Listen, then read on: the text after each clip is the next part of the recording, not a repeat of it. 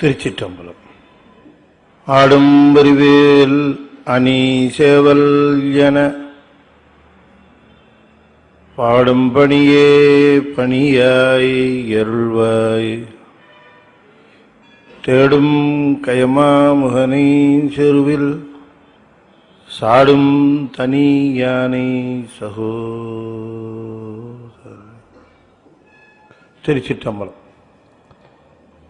சக்கரவர்த்தி தவராச யோகி எனும் மிக்க திருமூலனருள் மேவுநாள் இந்நாளும். திருச்சிற்றம்பலம். அண்ட சராசரங்களுக்கெல்லாம் அதிபதியாக விளங்கக்கூடிய முருகப்பெருமானுடைய ஒப்பற்ற கருணையினாலே அருள்மிகு கமல விநாயகர் சத்சங்கமும் புரசை திருநெறி கழகமும் இணைந்து மிக அற்புதமாக நிகழ்த்தி வருகின்ற இந்த ஞான வழியில் திருமூலருடைய திருமந்திரத்தை நாம் தொடர்ந்து சிந்திக்கும் முகமாக இன்றைய தினம் இரண்டாம் தந்திரத்திலே அபாத்திரம் என்கிற பகுதியில் பெருமான் அருளி செய்த சில பாடல்களை சிந்திப்பதற்கு திருவருள் கூட்டியிருக்கிறது. சென்ற முறை தான தர்மம் செய்வது பற்றி நம்முடைய திருமூல தேவநாயனார் விளக்கியுள்ள கருத்துக்களை நாம் சிந்தித்தோம். அதில் தர்மம் என்பது நம்மினும் கீழாக இருக்கிறவர்களுக்கு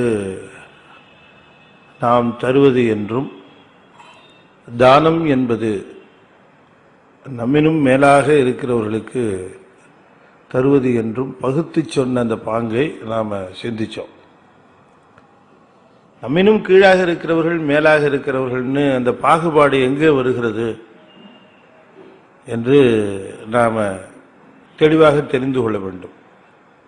யாரையும் கீழ் மேல் என்று நம்மால் அப்படி சுலபமாக பகுத்து விட முடியாது. இந்த கீழ் மேல் என்றெல்லாம் எப்படி சொல்லுகிறார் என்கிற அந்த செய்திகளை இந்த இரண்டு பகுதிகளாகவே அதை பிரித்து பேசுகிறார். பாத்திரம் என்று சொன்னாலே நாம் தானம் செய்கிறவர்களாக விளங்குகிறவருடைய தகுதி பற்றி முழுமையாக பேசுகிற பகுதியாக அமைந்தது. அப்ப மற்றவங்களுக்கு தானம் கிடையாதுன்னு அர்த்தம்.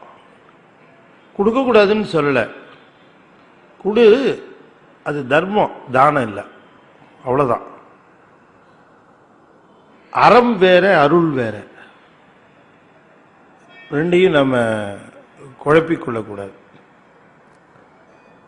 திருவிழா ஒருத்தர் போகிறார், ரொம்ப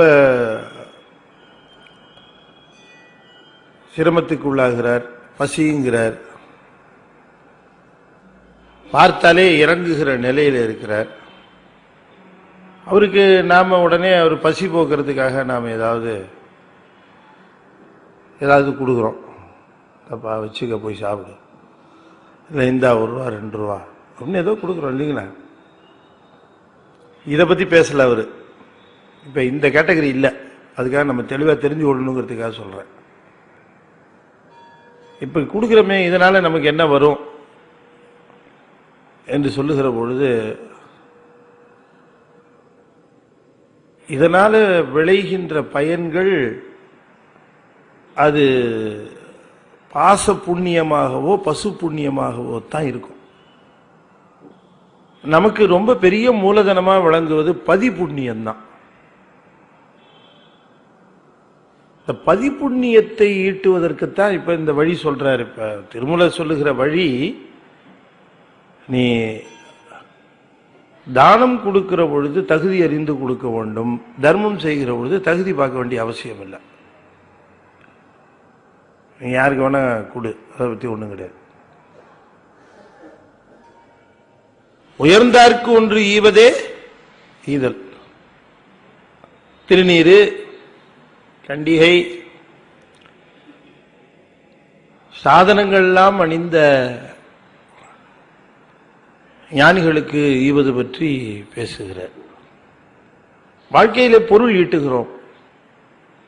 பொருளை ஈட்டுகிற பொழுது நம்முடைய உடல் உழைக்கிறது, நம்முடைய சிந்தனை உழைக்கிறது, நம்முடைய உழைப்பின் மூலமாக நாம் பொருளை ஈட்டுகிறோம். அப்படி ஈட்டப்படுகின்ற பொருள் ஒரு பகுதி அருளாக மாற்றப்பட வேண்டும். நிச்சயமா மாத்திக்கணும். அத ஏன்னா பொருள் எவ்வளவு முக்கியமோ அவ்வளவு முக்கியம் அருள். அது ரெண்டும் ரொம்ப முக்கியங்கிறத காட்டுறார். பொருள் இல்லாருக்கு இவ்வுலகம் இல்லாகி அங்கு இல்லையா, அருள் இல்லாருக்கு அவ்வுலகம். அப்ப இந்த பொருளும் அருளும் என்று சொல்லுகிற பொழுது பொருளின் முக்கியத்துவத்தை நமக்கு சொல்லுக வருகிறவர் அருளின் முக்கியத்துவத்தை சொல்லுகிறார். அப்ப சொல்லுகிற பொழுது அருளோடு பொருளை ஒப்பிடுகிறாரே நாம் நினைப்போம். அதுக்கு காரணம் என்னன்னா, நமக்கு பொருளின் முக்கியத்துவம் தெரிந்த அளவுக்கு அருளின் முக்கியத்துவம் தெரியறதில்லை. அதனால இந்த அருள் எவ்வளவு முக்கியம் தெரியுமா, இந்த பொருள் முக்கியம் மாதிரி இந்த அருள் முக்கியம் அப்படின்னு சொல்லுகிறார். ஞானிகளுக்கு செய்வதனாலே விளைகின்ற பெரிய பயனை திலமத்தனை சிவஞானிக்கு ஈந்தாலும் பலமுத்தி சித்தி பவமோகமும் கூடும் என்று சொல்லுகிற பொழுது, அப்படி ஞானி என்று தெரிந்தவருக்கு தருகின்ற எள்ளளவு இருக்கக்கூடியது கூட மலையளவாக வளர்கிறதே என்று நினைந்து பார்க்கிற அதே நேரத்தில் ஞானி அல்லாதவனுக்கு மலையளவு தந்து விட்டாயாலும் கூட அது எள்ளளவு கூட பயன்படாது. அதுதான் ரொம்ப முக்கியம் என்று சொல்லுகிறேன். அப்ப நாம தர்மம் தருகிற நிலையிலே நிற்கிறவர்கள் தானத்தை பற்றியும் சிந்திக்க வேண்டும். தானமும் தரணும். எனக்கு ஏதாவது தாய் என்று கேளாமல் இருக்கிறவர்களை நாம் தேடி சென்று தருவதுதான் தானம். அவர்கள் தருவதுதான் அருள். இந்த அருளை எப்படி சம்பாதிப்பது என்று சொன்னால், அருளை சம்பாதிக்கிற ஒரு முக்கியமான வழி, இன்னும் சொல்லப்போன சுலபமான வழி இதுதான். அருள் சம்பாதிக்கிறதுக்கு எத்தனையோ வழி இருக்கு, அது இல்லைன்னு சொல்லலை. எத்தனையோ வழி என்று சொன்னால் வழிபாடு இருக்கிறது, திருக்கோயில் வலம் இருக்கிறது, மூர்த்தி தலம் தீர்த்தம் செல்லுவது இருக்கிறது. இதெல்லாம் கூட அருள் சேர்த்தல் தான், அது இல்லைன்னு சொல்லலை. எல்லாத்த விட ரொம்ப உயர்ந்ததும் முக்கியமானதும் சுலபமானதும் சிவஞானிக்கு ஒன்று ஈவது.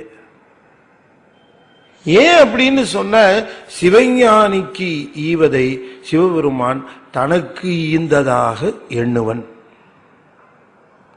ஒருத்தட்ட போய் ஒண்ணு குடுன்னு கேட்க மாட்டாங்க. அவங்க எனக்கு பசிக்குது சோறு போடுன்னு கேட்க மாட்டாங்க.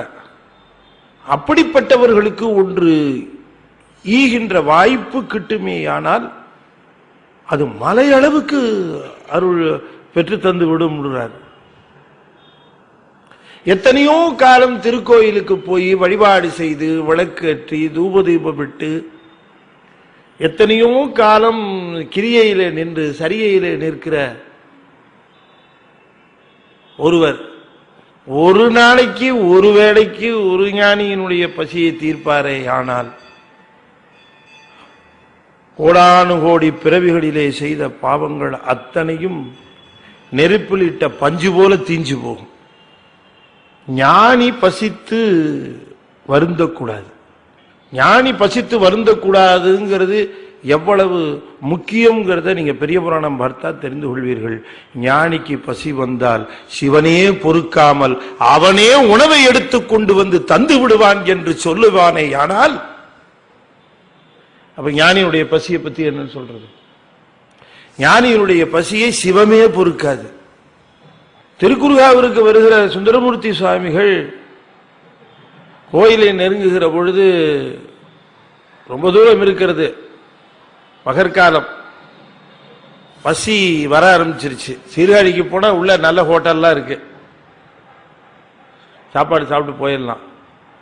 கூட வந்தவங்க எல்லாம் சொல்றாங்க போலாம், உள்ள போயிட்டு போயிடலாங்க ஐயா அப்படிங்கிறாங்க. ஆனா சுந்தரமூர்த்தி சுவாமி சொல்றாங்க, ஐயோ எங்க அப்பா வள்ளலார், ஞான வள்ளலார், ஞான சம்பந்த வள்ளலார், அவர் பிறந்த மண்ணாச்சே, நான் எப்படி காலால மிதிப்பேன், நான் வரமாட்டேன்ட்டார். அப்படி உள்ள வரமாட்டேன்னு சொன்னா எங்கேயோ போய் இல்லை சாப்பிடணும் நேரம் ஆயிருமேங்க ஐயா. பரவாயில்ல வாங்க போகலாம் அப்படின்னுட்டார். அங்க போகிறார், வெயில் காலத்திலே போகிறார். உள்ளே பசிக்கிறது, பசி வந்துருச்சு. உடம்பு எடுத்து வந்திருக்கிறாங்களே, பசி இருக்கத்தானே செய்யும். அந்த பசி வந்துருச்சு. பசி வருகிற பொழுது சிவபெருமானிடம் முறையிடலையாம். எனக்கு பசிக்குதே, நான் இப்ப என்ன பண்ணுவேன்னு கேட்கலையாம். உண்ணீரின் வேட்கையுடன் உரு பசியால் மிக வருந்தி யார் வந்தார்னாரு? பன்னீர்மை மொழி பறவையார் கொழுனர் வரும் பாங்கர்னர். கொழுனர் என்ன அர்த்தம்? கணவர்னு அர்த்தம். யாரு கணவரா? பன்னீர்மை மொழிப்பறவையார் கொழுனர். ஒருத்தரை இன்ட்ரோடியூஸ் பண்ணணும்னு சொன்னா, அறிமுகப்படுத்தணும்னு சொன்னா, அவருக்கு தொடர்புடையவர் ரொம்ப பிரபலமா யாராவது ஒருத்தர் இருந்தா அந்த பிரபலமானவர் சொல்லி இன்னாரோட கசினு, இன்னாரோட பிரதரு அப்படின்னு சொல்லி அறிமுகப்படுத்துவாங்க இல்லைங்களா? அறிமுகப்படுத்துறது, அப்படி அறிமுகப்படுத்துறது தானே சிறப்பு. இன்னும் சில பேர் அறிமுகப்படுத்துவான். சார் அங்கே போறாங்கல்ல சார், 2 பேரும் அம்மா பஞ்சபாண்டவர் மாதிரி சார், அவங்க அண்ணன் தம்பி 5 பேருங்கிறதுக்கு சொல்றான். பஞ்சபாண்டவர் மாதிரி சார், அவங்க ரொம்ப ஒத்துமையா இருப்பாங்களா? இல்லை சூதாடியே அத்தனையும் தோத்துட்டானுங்க சார். இவன் பஞ்சபாண்டவரை எங்க இருந்து எடுத்து யூஸ் பண்ற? உதாரணம் சொல்லுகிற பொழுது, ஒருவரை பற்றி அறிமுகப்படுத்துகிற பொழுது மிக பிரபலமானவர்களை சொல்லி இன்னாருக்கு வேண்டியவர் சொல்லணும் இல்லைங்களா? சுந்தரமூர்த்தி சாமியை அறிமுகப்படுத்தணும். யாரை சொல்லி அறிமுகப்படுத்துறது? சிவபெருமானுக்கு அருகாமையில இருந்து நஞ்சை திரட்டி கொண்டு வந்தவர், ஆளாள சுந்தரர் என்று பெயர்பட்டவர், வெண்ணை நல்லூரிலே ஆட்கொள்ள பெற்றவர், வன்தொண்டர் என்ற திருநாமம் பெற்றவர், திருவதிகையிலே 2 முறை திருவடி சூட்ட பெற்றவர், பித்தா பிறைசூடி என்று அடியெடுத்து கொடுக்க பெற்றவர், தில்லைவாழ் அந்தரர்தம் அடியார்க்கும் அடியேன் என்று அடியெடுத்து கொடுக்க பெற்றவர். எவ்வளவு சிறப்பு இருக்குது! இப்படிலாம் சொல்லிதானே அறிமுகப்படுத்தணும். இதெல்லாம் விட்டுட்டு இந்த பறவையார்னு ஒருத்தர் இருக்காங்கல்ல, அவங்க ஹஸ்பண்ட். நீங்க நல்லா கவனமா கேட்கணும். சேக்கிழார் வார்த்தை போடுறாருன்னா இது முக்கியமா இருக்கு. பன்னீர்மை மொழி பறவையார் கொழுனர். பரவனாச்சியாருடைய கணவருங்க அவரு அப்படின்னாரு. பரவனாச்சியாருடைய கணவர்னு சொன்னவரு கொழுனர்னு இவருக்கு அடைமொழி போடல, அந்த அம்மாவுக்கு அடைமொழி போட்டார். என்னன்னு? பன்னீர்மை மொழி பறவையார். பேசுவதே பண்ணினாலே பாடுவது போல இருக்குமா. பெண்கள் பேசினா அவ்வளவு மென்மையா பேசணும். அது குரல் அதிரக்கூடாது. பேசினாலே மென்மையா பேசணும். வன்மையாக பேசுவது ஆடவர் குரல், மென்மையாக பேசுவது பெண்டிர் குரல். அவங்களுக்கு குரல் பஞ்சபத்துக்கு மேல போகவே போகாது. அதனாலதான் பெண்ணினுடைய குரலை குயில் மொழின்னு சொல்லுவாங்க. ஏன்னு கேட்டா குயில் மொழி பஞ்சமத்தில் இருக்கும். நமக்கு மேல் நிஷாத வரைக்கும் போகும். பன்னீர்மை மொழி பறவையார் கொழுனர். ஏன் இனிமையான மொழிகள் பேசுகின்ற பறவையார்னு அங்க சொல்லணும்? அதுக்கு முக்கியம் இருக்குல்ல. என்ன சொல்றாருன்னா, ஐயா இவரு கோயிலா அலையிறாரு, நேரங்காலம் பார்க்காம எல்லா கோயிலும் அலையிறாரு. இவர் மட்டும் வீட்டோட இருந்திருந்தா அந்த அம்மா எவ்வளவு அழகா வேணுங்கிறதெல்லாம் கேட்டு கேட்டு அற்புதமா சமைச்சு போட்டு குண்டையிருக்கிறார், நெல் அனுப்புறாரு, இன்னும் எத்தனையோ பேர் என்னென்ன வேணாலும் அனுப்புவாங்க. அத்தனையும் போட்டு அருமையா சமைச்சு அவருக்கு சாப்பாடு போடுவாங்க. சாப்பாடு ரொம்ப வாய்க்கு ருசியா போடுறது மட்டுமல்ல, சாப்பாடு போடுகிற பொழுது செவிக்கு ருசியா மொழிகளையும் சொல்லுவாங்களாம். அதுதான் ரொம்ப முக்கியம். பெண்கள் சாப்பாடு போடுகிற பொழுது சும்மாவே போட மாட்டாங்க. அப்படி 4 வார்த்தை நல்ல வார்த்தையா சொல்லி போடுவோம்.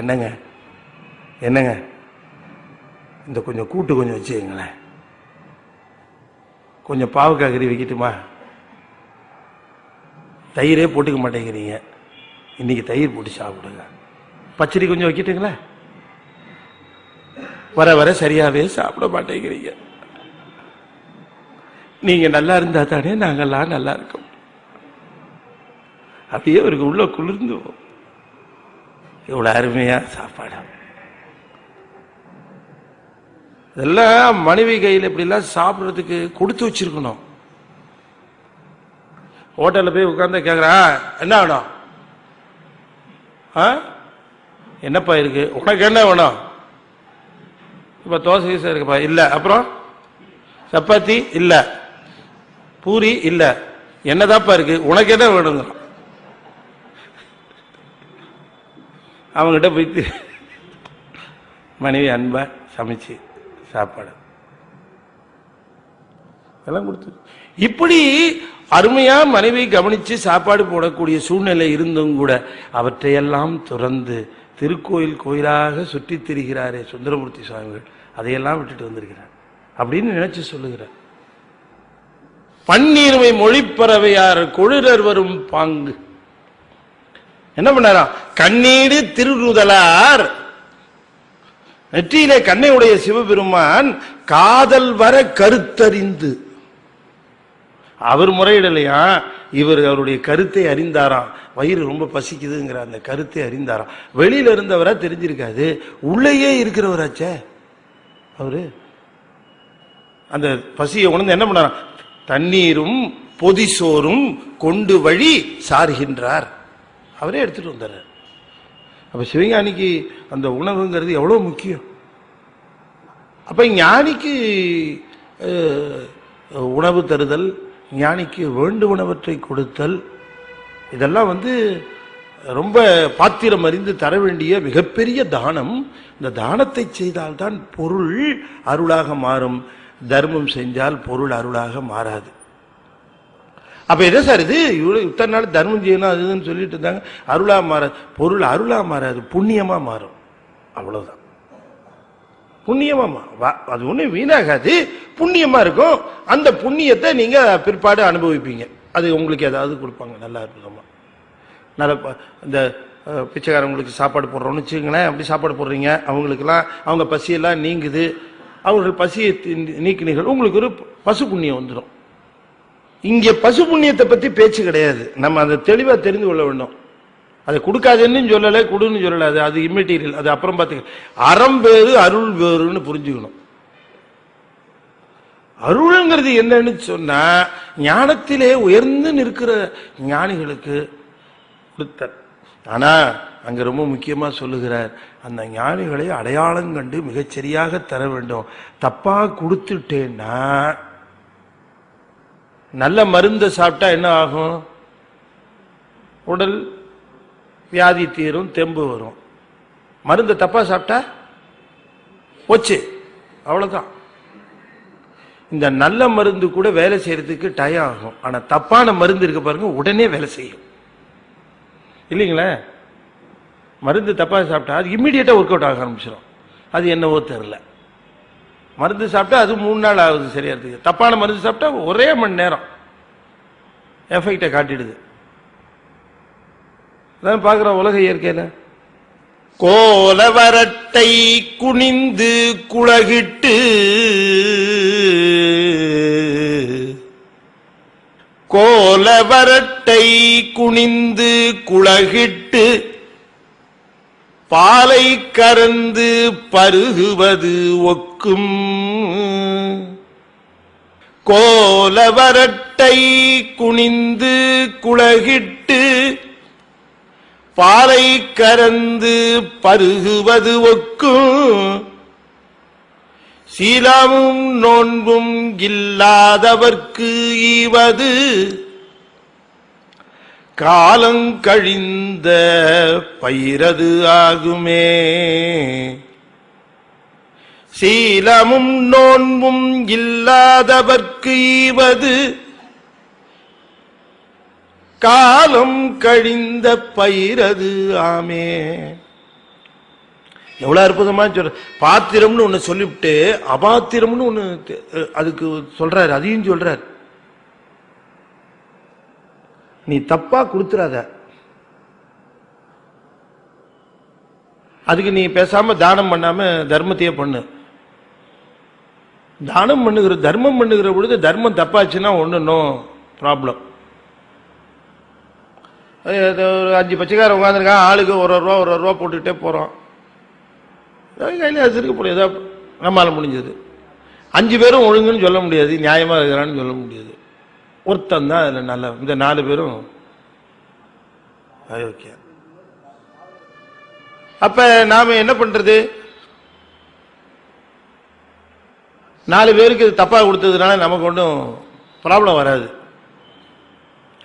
ஆனால் திருநீரை கண்டு உருத்ராட்சத்தை கண்டு ஒருவரை நீங்கள் அழைத்து வந்து அவருக்கு உணவு போடுகிற பொழுது, அவருக்கு வேண்டுவனவற்றை செய்கிற பொழுது ரொம்ப ரொம்ப கவனமாக இருத்தல் வேண்டும்.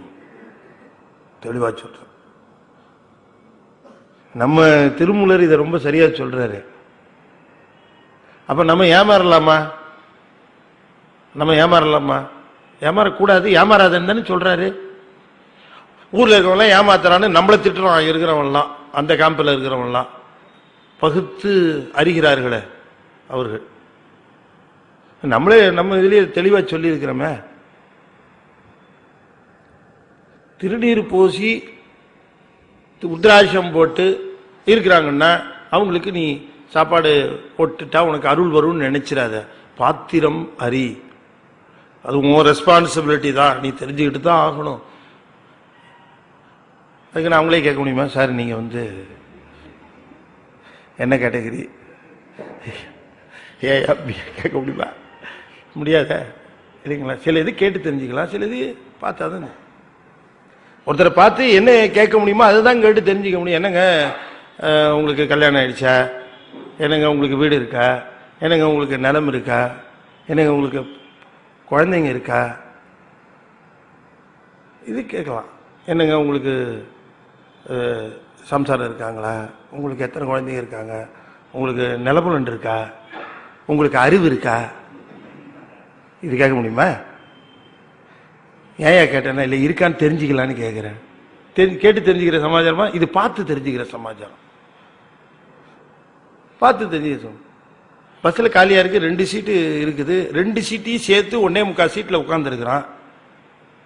நாம் வந்து இடம் கொடுன்னு கேட்குறோம்,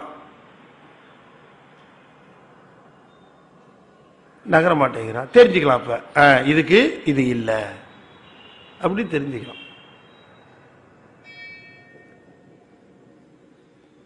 ஞானியை பார்த்து எப்படி தெரிந்து கொள்வது? இவரை போய் கேட்க முடியுமா? அவரை நீங்க ஞானியான்னு கேட்கலாமா? கேட்க முடியாது. ஞானி அல்லாதவர்க்கு ஒன்று ஈவது என்பது எப்படி ஆகிவிடும் என்று சொன்னால், கோல வரட்டை குனிந்து குலகிட்டு. இந்த வரட்டு பசுன்னு ஒன்று இருக்கும், வறண்டு போய் கிடக்கும் அந்த பசு, மடி வத்தி போய் கிடக்கும் அந்த பசு. அதுக்கு நல்லா வேணுங்கிற தீனி எல்லாம் போட்டு, பருத்தி கொட்டை புண்ணாக்கு எல்லாத்தையும் போட்டு அதை நல்லா கவனிச்சு வேணுங்கிறதெல்லாம் செஞ்சு அதுக்கப்புறம் அதை பாலை கறந்து நாம காய்ச்சி குங்குமப்பூ போட்டு குளிக்கலாம் அப்படின்னு நினைச்சா, போட்ட புண்ணாக்கு போட்ட பருத்தி கொட்டையெல்லாம் என்ன ஆகும்? ஒன்றுத்துக்கு வேலைக்கு ஆகுது. அந்த பசு பாலை கொடுக்குமா? அது வரட்டு பசு. அது வரட்டு பசு. கோல வரட்டை குனிந்து குலகிட்டு அலங்காரம் பண்ணி அதுக்கு வேணுங்கிறதெல்லாம் செஞ்சு அதுக்கு வேணுங்கிறதெல்லாம் கொடுத்தாலும் கூட பாலை கறந்து பருகுவது ஒக்கும், பாலை கறந்து பருகுவது ஒக்கும். சீலமும் நோன்பும் இல்லாதவர்க்கு ஈவது.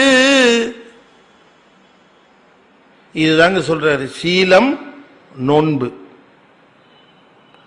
அப்ப ஞானிங்கிற ஒரு சிவஞானியை எப்படி தெரிந்து கொள்வது? சீலம் நோன்பு. என்ன அழகா நமக்கு சொல்லிட்டாரு. 2 சமாச்சாரம் சொல்லி இருக்கிறாரு. இதுதான் டிப்ஸ் நமக்கு. இதை வச்சுதான் நீங்க ஞானின்னு தெரிந்து கொள்ள வேண்டும். சீலமும் நோன்பும் இல்லாதவர் அவர்தான் அபாத்திரம். அபாத்திரம் என்பது அசர்பாத்திரம்.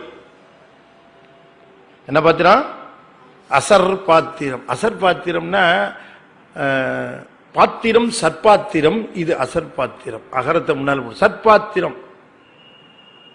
பாத்திரம் சற்பாத்திரம். சற்பாத்திரம் என்று சொன்னால் உயர்ந்த ஞானி அப்படின்னு அர்த்தம்.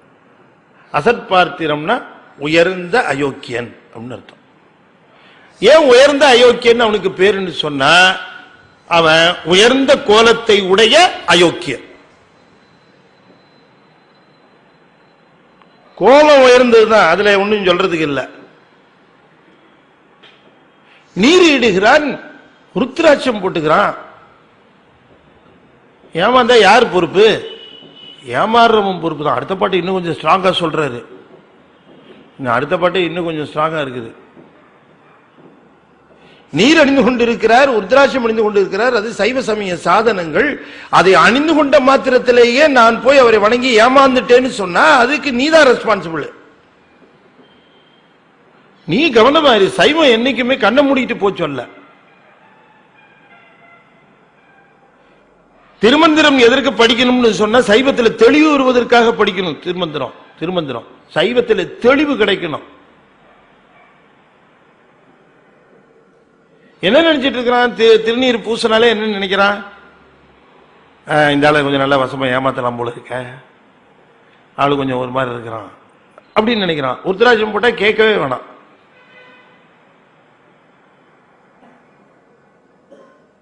எளிதாக ஏமாந்து விடுவார்கள் என்று எண்ணுகிறான்.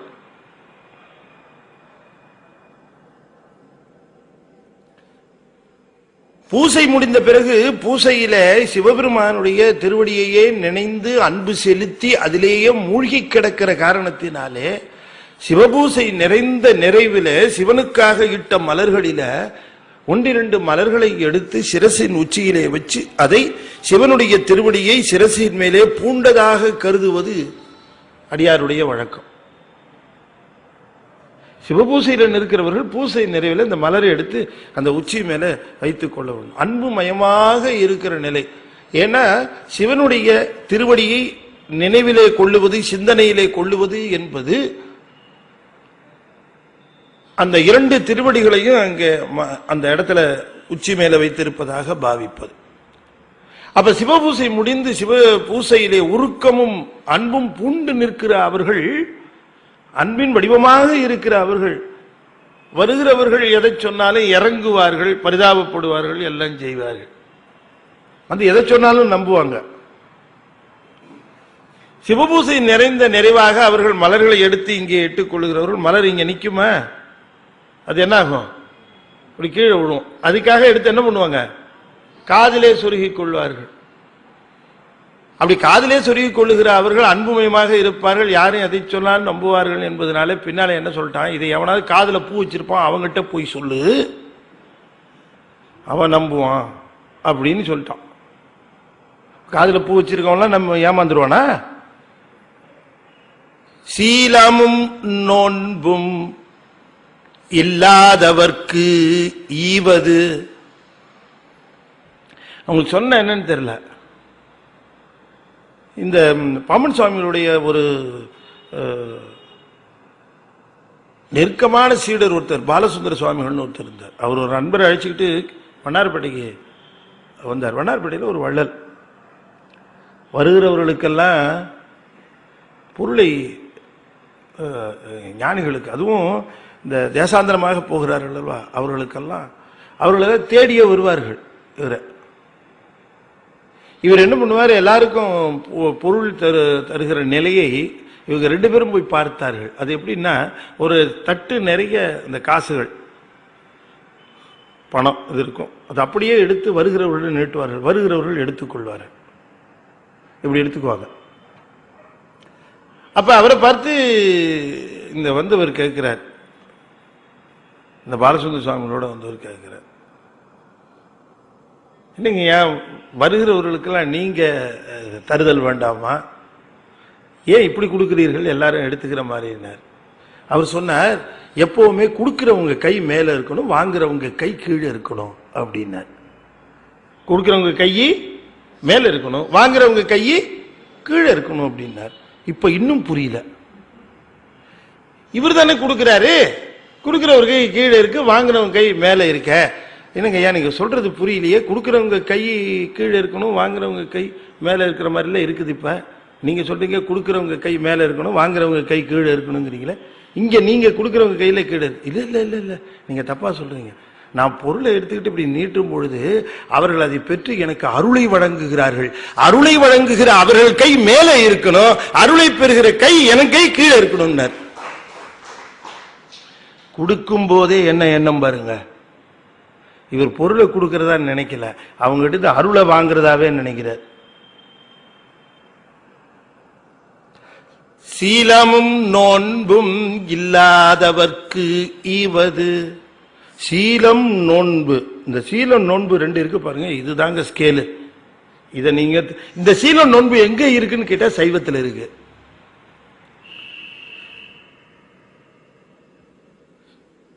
சீலம் நோன்பு, இந்த சீலம் என்பது சரியை, நோன்பு என்பது கிரியை. சரியையும் கிரியையும் தாண்டவர்கள் யோக நிலைக்கு போய் கொண்டிருக்கிறவர்களும் யோகத்தை நிறைவு செய்த ஞானிகளும் தான் பசிக்குதுன்னு மற்றவங்ககிட்ட கேட்க மாட்டாங்க.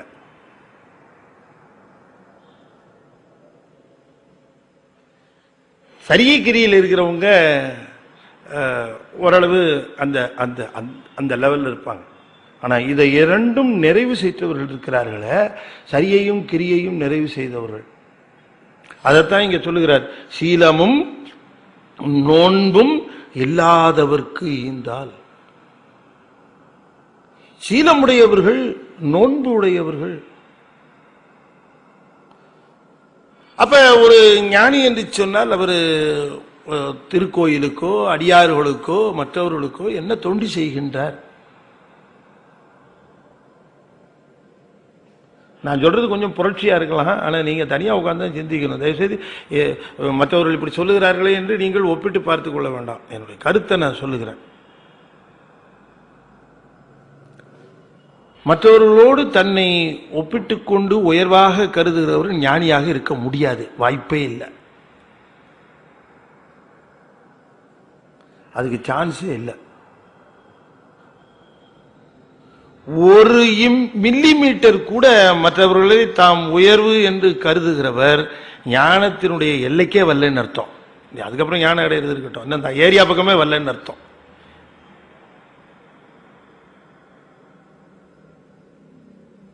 அவர்களுக்கு அந்த அந்த அந்த அது நீங்க பெரிய புராணம் தான் சரியா படிக்கணும். ரொம்ப ஒரு கைட்லைன், ஒரு நூல் இருக்குமானால் நம்ம சைவத்தை பற்றி புரிந்து கொள்ள வேண்டும், சைவத்தை பற்றி நமக்கு ஒரு அடிப்படையான அறிவு வேணும்னு சொன்னா we should start with பெரிய புராணம். பெரிய புராணத்துல தான் நாம துவங்கணும். அப்புறமா நிறைவு எங்க சார் செய்யறது அப்படின்னு கேட்டீங்கன்னா பெரிய புராணத்தோட நிறைவு செய்யும். ஆமா, பெரிய புராணத்துல துவங்கணும், அப்புறமா எல்லா நூல்களையும் கற்கணும், தேவாரம் திருவாச்சகம் அப்புறம் எல்லா நூல்களையும் கற்கணும். கற்றுட்டு திரும்ப கடைசியில் எங்க வரணும், கடைசி எந்த நூலை படிக்கணும்? பெரிய புராணம் படிக்க. மாலர நேயம் மலிந்தவர் வேடமும் ஆலயம் தானும் அரணனத்தோடுமேனு 12வது சூத்திரம் பெரிய புராணம் தான்.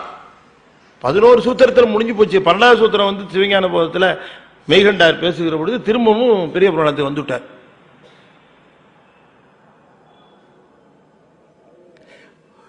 திருநீர் பூசி உத்ராட்சம் அணிந்து ஒரு அடியார் எதிரே நிற்பார்களே, ஆனால் அவர்களை தம்மில் உயர்வாக எண்ணுகிறவர் ஞானத்தின் நிலையை தாண்டி நிற்கிறார் அர்த்தம்.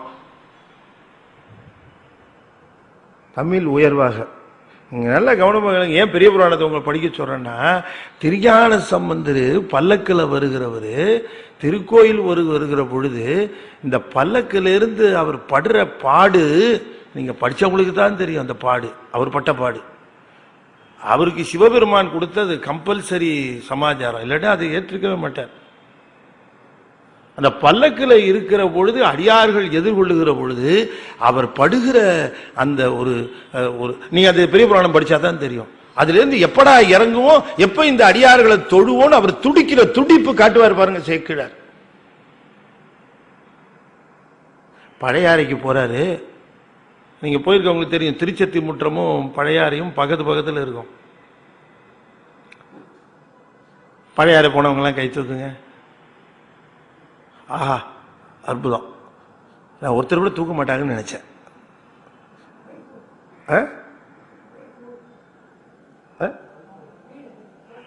அப்படியா? சரி சரி சரி. இந்த திருச்சத்தி முற்றத்துக்கும் இதுவும் அடுத்தடுத்த தெரு. திருச்சத்தி முற்றம் வராரு திருஞான சம்பந்தர். திருச்சத்தி முற்றம் வந்ததுக்கு அப்புறம் அங்கிருந்து கிளம்புறார், பழையாற வர்றார். பழையாற அடுத்த தெரு சுத்தி தான் வரணும், அந்த எண்டில் போய் வரணும். உடனே என்ன பண்ணாங்க, இந்த சிவிகை தூக்குகிறவர்கள் எல்லாம் சுவாமி திருக்கோயிலை விட்டு வெளியில வந்து அடியார்கள் எல்லாம் முட்டி அடிச்சுக்கிட்டு வராங்க. திருஞான சம்பந்தர் தரிசனம் கிடைக்கணும், அவர் சுவாமி பல்லக்கில் ஏறுறத பார்க்கணும், ஏறி உட்கார்றத பார்க்கணும், பல்லக்கு லிப்ட் ஆறத பார்க்கணும், பல்லக்கு ஊறுறத பார்க்கணும். ஒவ்வொருத்தருக்கும் ஒவ்வொரு ஆனந்தம். அவரை எந்தெந்த கோலத்துல பார்க்கணுமோ அத்தனை கோலத்துல பார்க்கணும் ஆசை இல்லைங்களா? என்னங்க மேக்கப் போடலன்னா பார்க்கவே முடியாது.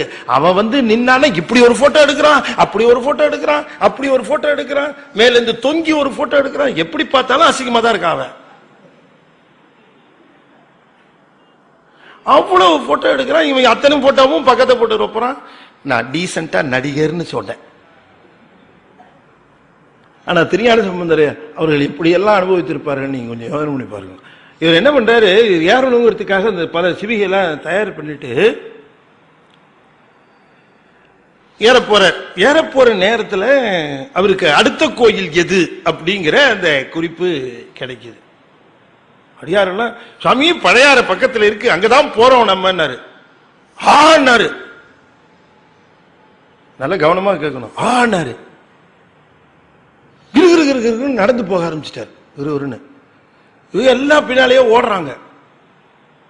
பக்கத்துல இருக்குங்கிறதுக்காக நடந்து போறார் போல இருக்கு. சாமி இருந்தாலும் வெயில் ஜாஸ்தியா இருக்கு, இப்படி சுத்தி அந்த பக்கம் வரணுமே, சுவாமி பிஞ்சு காலாச்சு அப்படின்னு எல்லாம் ஓடுறாங்க. உடனே எல்லாரும் கூட ஓடுகிறார்கள். ஓடுகிற பொழுது அத்தனை பேரும் ஓடுகிறார்கள். கூட ஓடிட்டு போகும்போது அங்கிருந்து திரும்பி சொல்றாரு, அங்க அந்த அப்படி திரும்பி அந்த அந்த தெருமுனைக்கு வந்தவுடனே கோயில் கோபுரம் தெரியுது.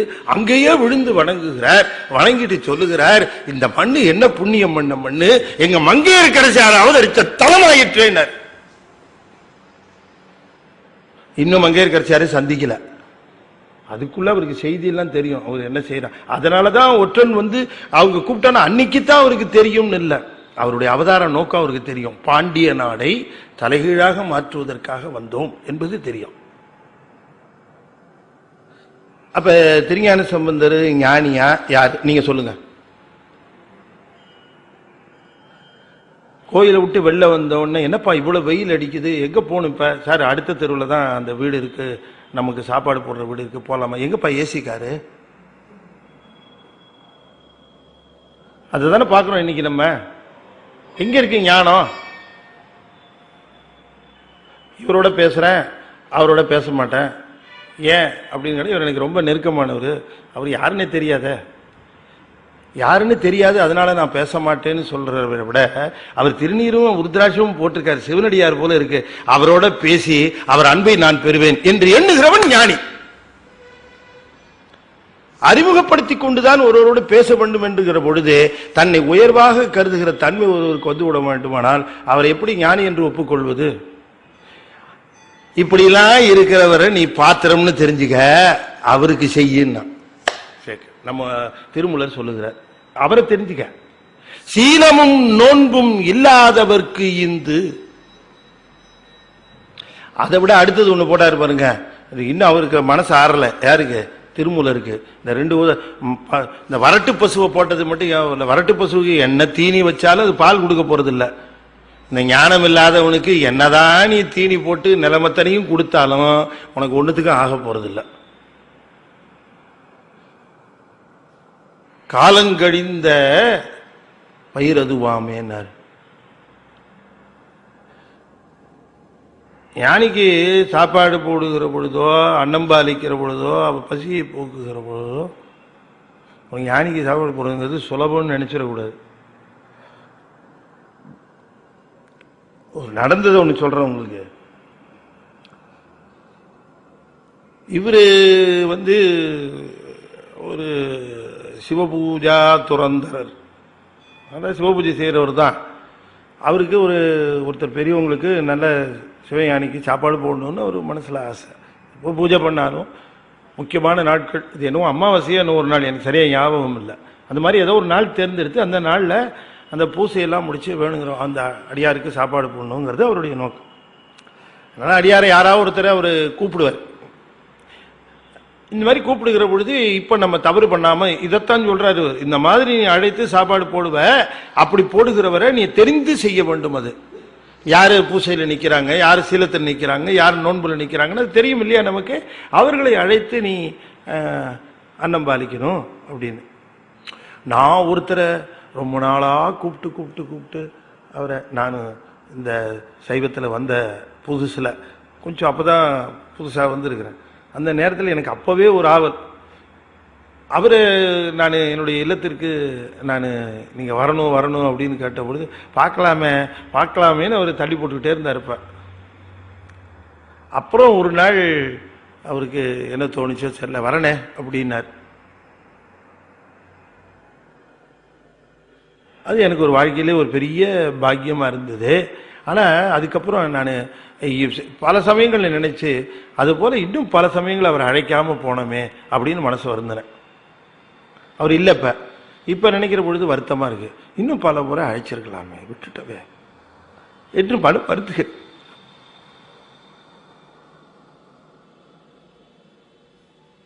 ரொம்ப வருத்தப்படுது மனசு.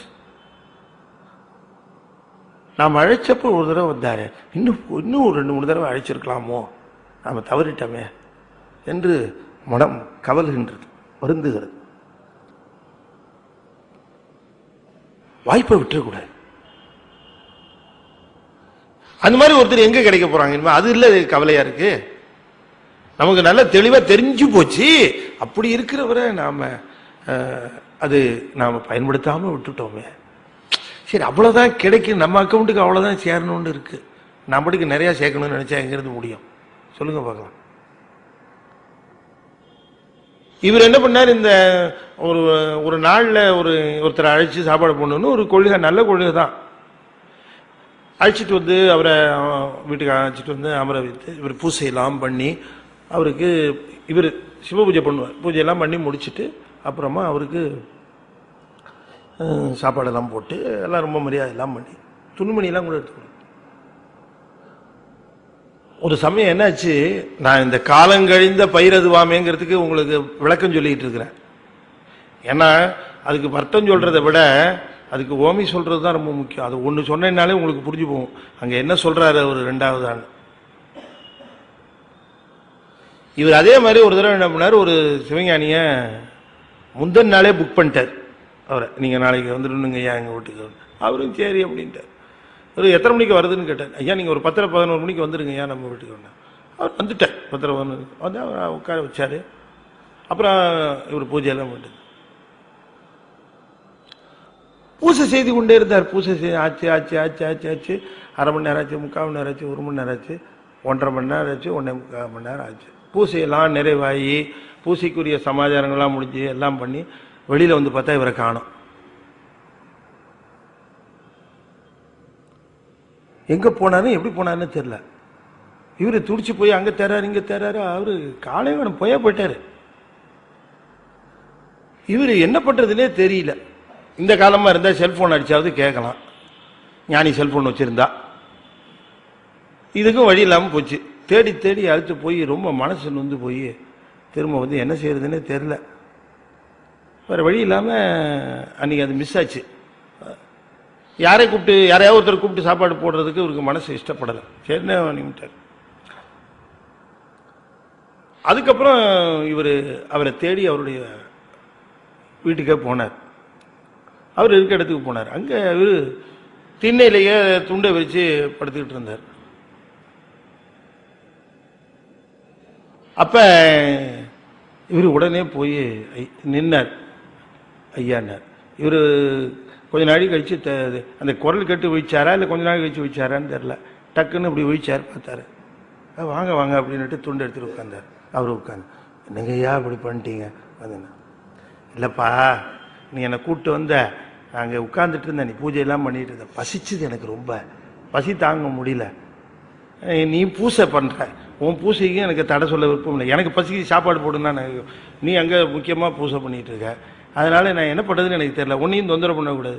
அதனால பக்கத்து தெருவில் ஒருத்தர் இருந்தான்ப்பா, அவனும் இந்த கோயில் வளர்த்துக்கெல்லாம் வருவான், அவனுக்கு தெரியும் எனக்கு, அவன் இங்கே தான் எங்கேயோ இருக்கிறான்னு தெரிஞ்சேன். அப்புறம் அவனை போய் தேடி பார்த்தா அவன் வீட்டில் இருந்தான். நல்ல வேளை அவன் அப்போ தான் சாப்பிட உட்கார்ந்தான். என்ன பார்த்தானு வாங்க வாங்க சொல்லி என்னை உட்கார வச்சுட்டு அவனுக்கு இருந்த சாப்பாட்டில் எனக்கும் பங்கு போட்டு கொடுத்து, நான் அங்கேயே சாப்பிட்டு வந்துட்டப்பா, இந்த இவ்வளோ சாப்பிட்டாலே ஏன் பசி நீங்கிறோம், சாப்பிட்டு வந்துட்டப்பா, நான் என்னப்பா பண்ணுறது, பசிச்சது சாப்பிட்டா ஒன்றும் தப்பு இல்லைப்பா, நான் உன் மேலே கோபம் இல்லைன்னார். அதாவது இவர் தேடி போய் கூப்பிட்டு வந்தா இவர் எங்கேயோ தேடி போய் சாப்பிட்டு அவனுக்கு புண்ணியத்தை கொடுத்துட்டு வந்துட்டார்.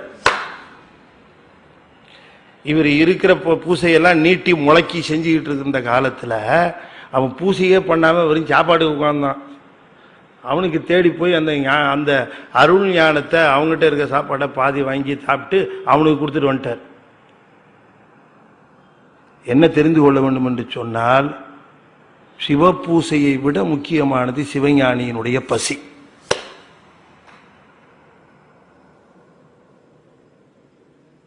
என்ன பூசை பண்ணுகிறோம்னு முக்கியம் இல்லை, எல்லா பூஜையும் ஸ்கிப் பண்ணிட்டு அவருக்கு சாப்பாடை போட்டா அதுதான் இருக்கிறதுலயே சிறந்த சிவபூசை.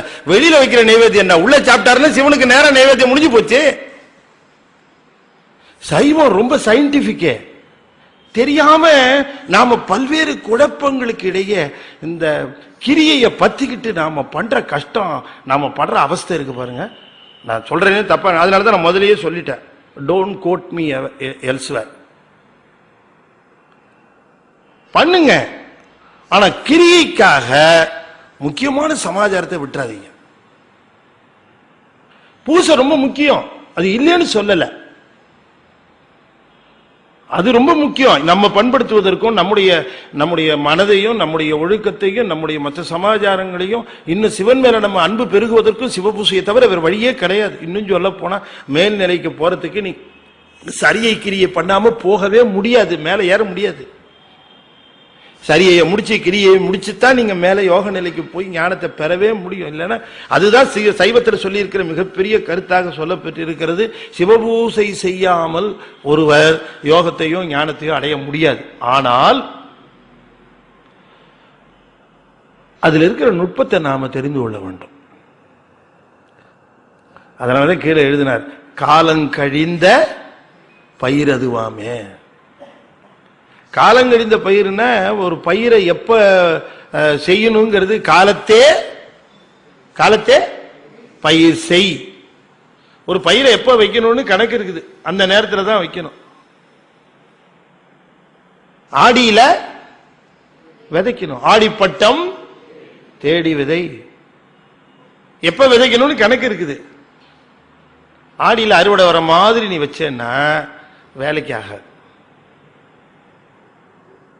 அப்ப பருவத்தே பயிர் செய் என்பது போல நீ செய்ய வேண்டிய காலத்திலே எதை செய்ய வேண்டுமோ அதை உரிய முறையில் ஞானிக்கு செய்தல் வேண்டும். இல்லையா? இன்னொன்னு, ஞானிக்கு செய்த பிறகு நல்ல கவனமா கேட்டுங்க, இதெல்லாம் உங்களுக்கு யாரும் சொல்ல மாட்டாங்க, நான் தான் சொல்றேன் உங்களுக்கு. ஞானிக்கு செய்த பிறகு நல்ல கவனமா வச்சுங்க, மறு வினாடியே மறந்து விட வேண்டும்.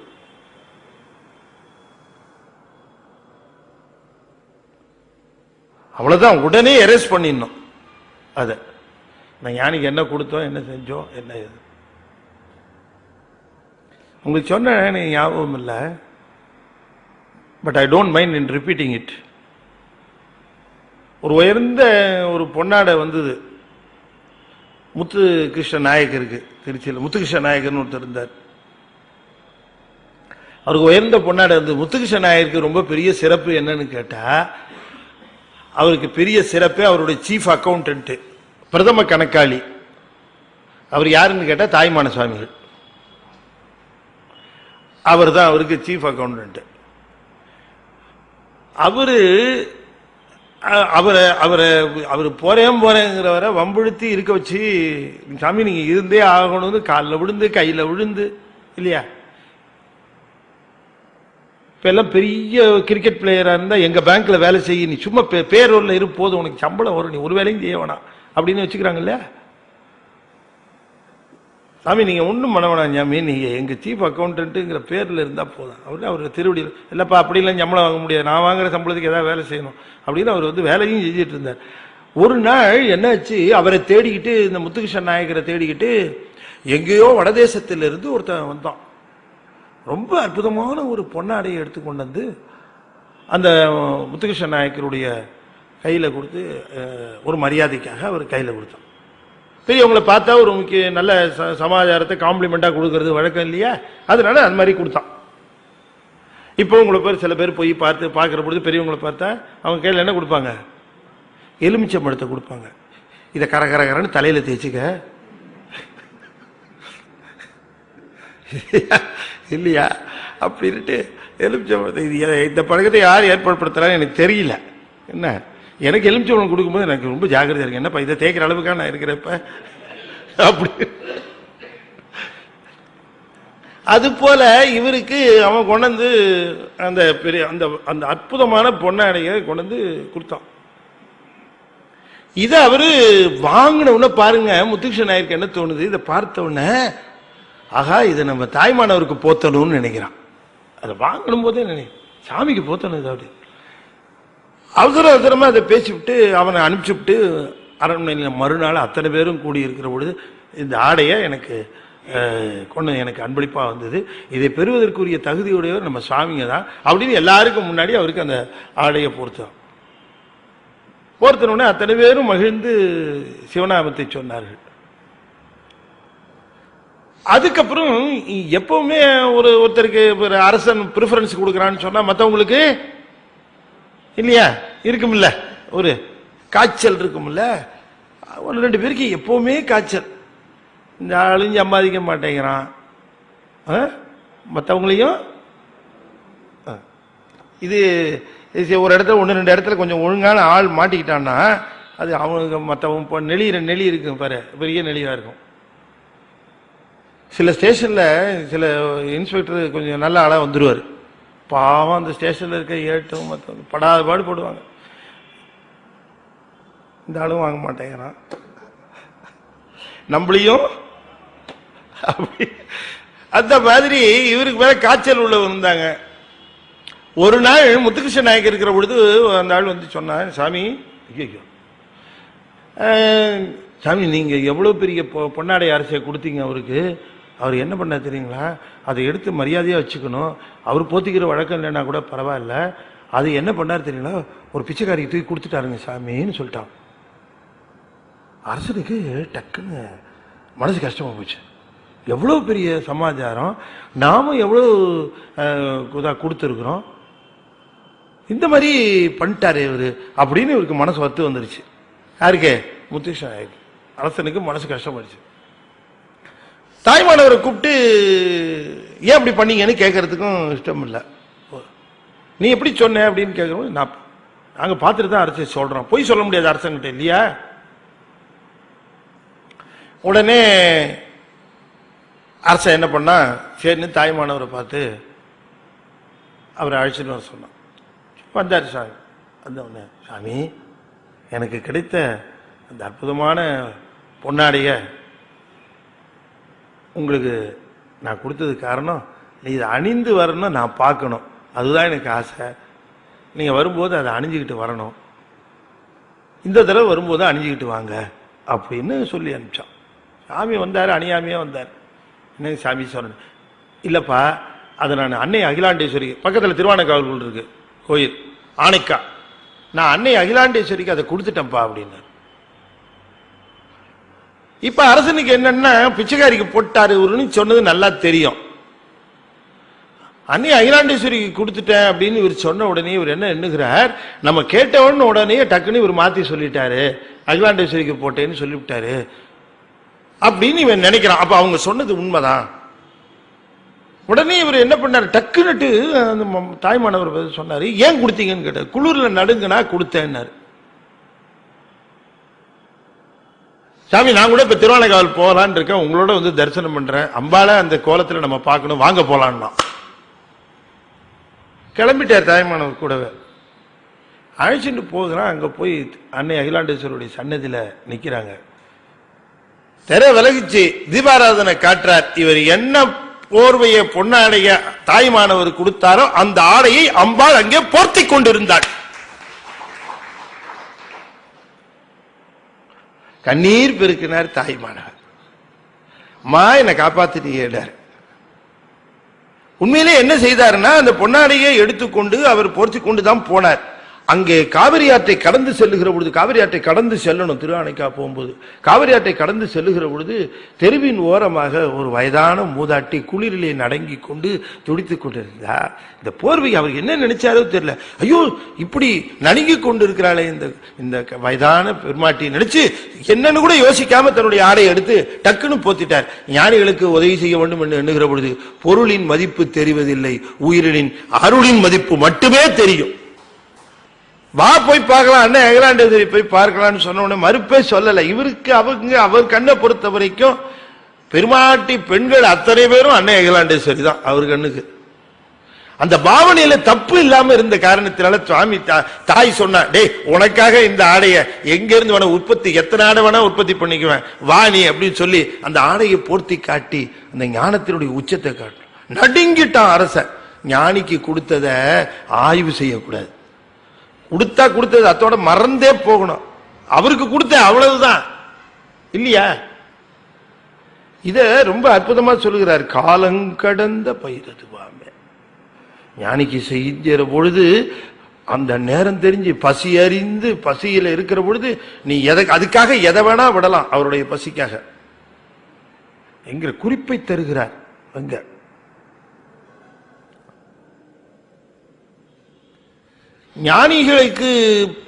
ஞானிகளை போற்றுவதும் ஞானிகளுக்கு தருவதும் ஞானிகளை இனம் கண்டு கொண்டு அவர்களை அடைவதும் ஞானிகளுடைய பார்வைக்காக தவம் கிடப்பதும் ஞானிகளுடைய சொல்லுக்காக தவம் கிடப்பதும். ரொம்ப நாள் குழந்தை இல்லாம இருந்தான் ஒரு செருப்பு தைக்கிற தொழிலாளி. அப்போ ஒருத்தர் சொன்னாரு, அந்த ஊர்ல ஒரு ஞானி இருக்காரு, நீ அவருக்கு எப்படியாவது செருப்பு தைச்சு கொடுத்துட்டேன்னா போதியா, உனக்கு குழந்தை பிறந்துருக்கியான்னு அவன் சொல்லி கொடுத்தான். இவன் போய் அந்த சாமியை வணங்கி, சாமி உங்களுக்கு பாதரட்சை பண்ணி கொடுக்கணும். அடவோட பாதரட்சை, அது பாதம் இருக்கிறதே பெருசு நான் நினைச்சிட்டு இருக்கேன், அதுக்கு ரச்சை வேறையான்னு போயிட்டார். இவன் பின்னாலேயே அலைஞ்சி பார்த்தான், அவருக்கு செருப்பு அவரு மதிக்கிறதாவே இல்லை. இவன் என்ன பண்ணா, சரி இவர்கிட்ட கேட்டுட்டு இருக்கிறத விட ஒன்று செஞ்சே வச்சிருவோன்னு சொல்லிட்டு இவர் நடந்து போகும்போது எங்கடா இவருடைய பாத அளவு கிடைக்குன்னு பார்த்துட்டு இருந்தா. ஒரு நாள் என்ன பண்ணாரு, ஒரு ஈரத்தை மீச்சிட்டு நடந்து போனாரு, அளவு கிடைச்சி போச்சு. டக்குன்னு போய் அங்கே மெஷர்மெண்ட் எடுத்து 2 செருப்பு தைச்சிட்டான். தச்சுக்கிட்டு அந்த செருப்பை எடுத்துக்கிட்டே அலையிறான். இவருக்கு கொடுக்கணும், இவரு மதிக்கிற மாதிரி டாம போறான். ஏன்னா இவனுக்கு இந்த சந்தான பாக்கியம் இவர் மூலமா கிடைச்சிரும், இவருடைய அருள் இருந்தான்னு சொன்னார். சொல்லியிருக்கேனா இது? சரி. அப்ப இப்ப ஒரு நாள் என்ன ஆச்சு, காவிரி ஆற்றங்கரையை கடந்து அவர் போறாரு அந்த பக்கம். அப்ப தண்ணி போகல, சுடு மணல். கொஞ்சம் இடத்துல தண்ணி இருக்கும், கொஞ்சம் இடத்துல மணல் இருக்கும். நீங்க காவிரி அது பாத்தீங்கன்னா மே மாசம் பாத்தீங்கன்னா அவ்வளவு நீர் போக்கு இருக்காது. அப்ப அந்த ஞானி என்ன பண்ணார், கடந்து அந்த பக்கம் திருவானைக்கா போறார். இப்படி போகிற பொழுது பார்த்தா மணல் கொதிக்குது, மணல் போல இருப்பாருங்க. அந்த நேரம் பார்த்து இவன் என்ன பண்ண, கையில செருப்பு வச்சுட்டே இருக்கான, பின்னாலேயே அலைஞ்சிட்டு இருக்கானே, அதுவும் வெயில் நேரத்தில் விடலாமா?